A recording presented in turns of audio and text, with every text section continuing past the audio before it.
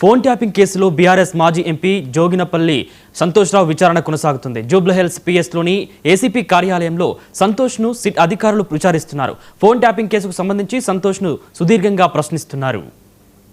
మాజీ మంత్రులు కేటీఆర్, హరీష్ రావుకు ఇచ్చిన విధంగానే సంతోష్ రావుకు కూడా 160 సిఆర్పిసి కింద సిట్ అధికారులు నోటీసులు జారీ చేశారు.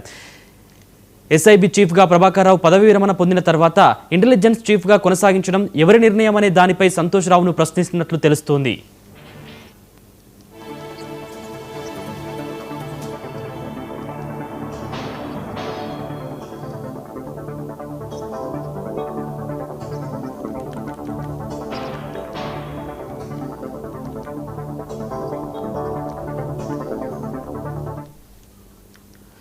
ఫోన్ ట్యాపింగ్ కేసులో బీఆర్ఎస్ మాజీ ఎంపీ జోగినపల్లి సంతోష్రావు విచారణ కొనసాగుతుంది. జూబ్లీహిల్స్ పిఎస్లోని ఏసీపీ కార్యాలయంలో సంతోష్ను సిట్ అధికారులు విచారిస్తున్నారు. ఫోన్ ట్యాపింగ్ కేసుకు సంబంధించిన సంతోష్ను సుదీర్ఘంగా ప్రశ్నిస్తున్నారు.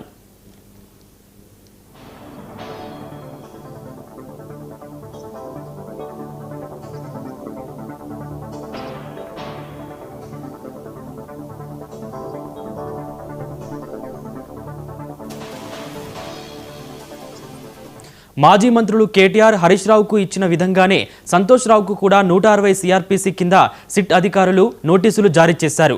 ఎస్ఐబి చీఫ్గా ప్రభాకర్ రావు పదవి విరమణ పొందిన తర్వాత ఇంటెలిజెన్స్ చీఫ్గా కొనసాగించడం ఎవరి నిర్ణయం అనే దానిపై సంతోష్ రావును ప్రశ్నిస్తున్నట్లు తెలుస్తోంది.